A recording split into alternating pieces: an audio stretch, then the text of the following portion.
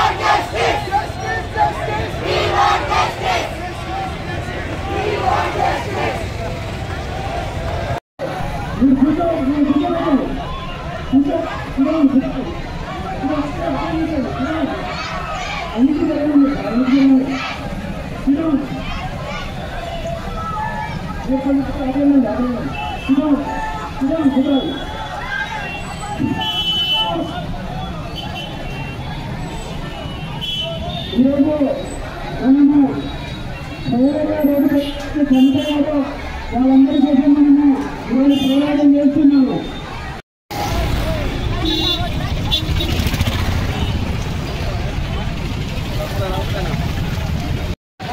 రోడ్లు వేస్తామంటే గడ్డ తీస్తాను, రోడ్లు వేస్తారు. మరి నేను ఒక డాక్టర్గా చెప్తున్నాను, ప్రాణాన్ని కాపాడడానికి మనం ఎంత కష్టపడతాము. ఒక చిన్న జ్వరం వచ్చినా, పంటికి వచ్చినా, విలువైన ప్రాణాలు, ఎలాంటి రోగం లేని వాళ్ళు మరి రోడ్లపైన ఏదో చిన్న పని కోసం బయటికి వెళ్తూ స్కూటర్ పైన, ఆటోలో, బస్సులో మరి విద్యార్థులు స్కూల్కి వెళ్తూ, కాలేజీకి వెళ్తూ మరి రోజు రోడ్లపైన యాక్సిడెంట్లు చనిపోతున్నారు. మరి దాదాపు ఒక సంవత్సరంలో తెలంగాణలోనే 6,000 మంది చనిపోతూ ఉన్నారు. దాదాపు 20,000 యాక్సిడెంట్లు జరుగుతూ ఉన్నాయి. బ్యాక్ పెయిన్, తర్వాత నెక్ పెయిన్ అని, స్పైన్ ప్రాబ్లమ్స్ అని మరి వాళ్ళ విలువైన సమయాన్ని, విలువైన డబ్బుని మరి హాస్పిటల్లో తగిలిస్తూ అనారోగ్యంతో పడి ఉండి కుటుంబానికి భారమయ్యి యాక్సిడెంట్లో ఎవరైతే దెబ్బతిని బతుకుతున్నారో మరి ఇలాంటి వ్యవస్థ కారణం ఎవరు?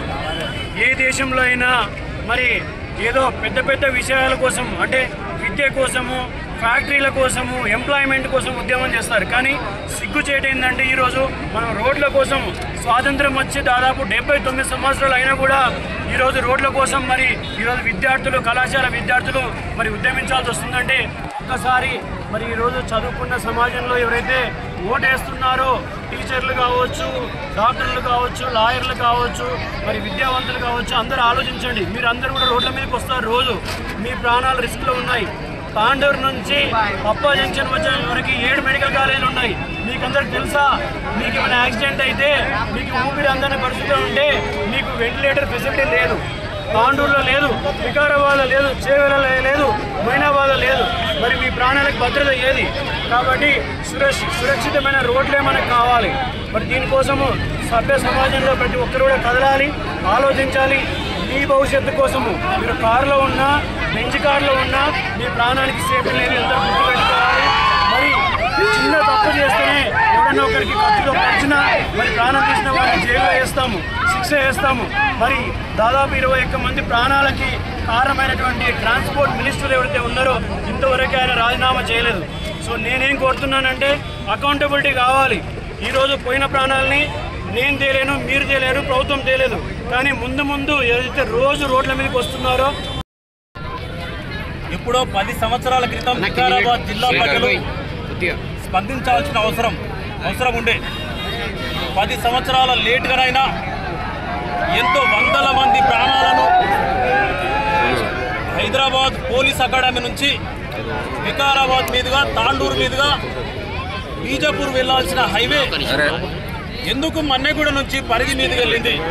ఇదంతా కూడా వికారాబాద్ జిల్లా ప్రజలు గమనించాల్సిన అవసరం ఉంది.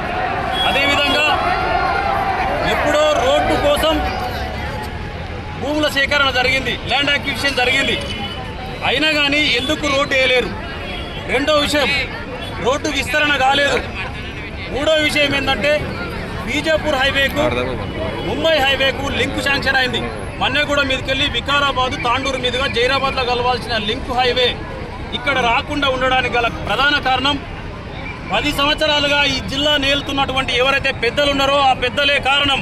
ఈ వందల మంది ప్రాణాల బలిదానానికి కూడా వాళ్ళే కారణం. నిజంగా ఒక రకంగా చెప్పాలంటే ఈ జిల్లా నుంచి రాజకీయ 400 సార్లు జరిగింది ఈ యాక్సిడెంట్ అనేది. ప్రజానాయకులలో ఏ మాత్రం చిన్న కదలిక కూడా లేదు. వీళ్ళు అనుకుంటారు మనం ఎలక్షన్స్ అప్పుడు వికారాబాద్లో ఉండి ఎలక్షన్స్లో ఓటు వేయించుకొని బంజారాహిల్స్లో పోతాం, వికారాబాద్ రోడ్లు అవసరం లేదు అని, మళ్ళీ గెలుస్తామా గెలవామా తెలియని 5 ఏళ్లలో దోచిన వరకు దోచుకొని వెళ్ళిపోవచ్చు వికారాబాద్ నుంచి అనుకుంటున్నారు. కానీ ఇది ప్రజలలో ఒక అవేర్నెస్ వచ్చింది. ఇది ఇంతటితో ఆగదు. ఈ రోడ్లు ఇప్పటికైనా స్టార్ట్ చేయాలి. ఒక్కొక్కరు చనిపోవడం, దాదాపుగా 400 మంది చనిపోయినా మీ లోపల స్పందన లేదు. 24 మంది చనిపోయినా కనీసం చనిపోయిన వాళ్ళకి ఒక అంబులెన్స్ ప్రొవైడ్ చేసేలేని సిచ్యువేషన్లో ఉంది. ఏ గవర్నమెంట్ అయినా, గవర్నమెంట్ మారుతుంది, ప్రజల పరిస్థితులు మారతలేవు. మీరు అనుకుంటున్నారు మేము మళ్ళీ ఎలక్షన్ వచ్చేంత వరకు మాకేం జరగదు అని.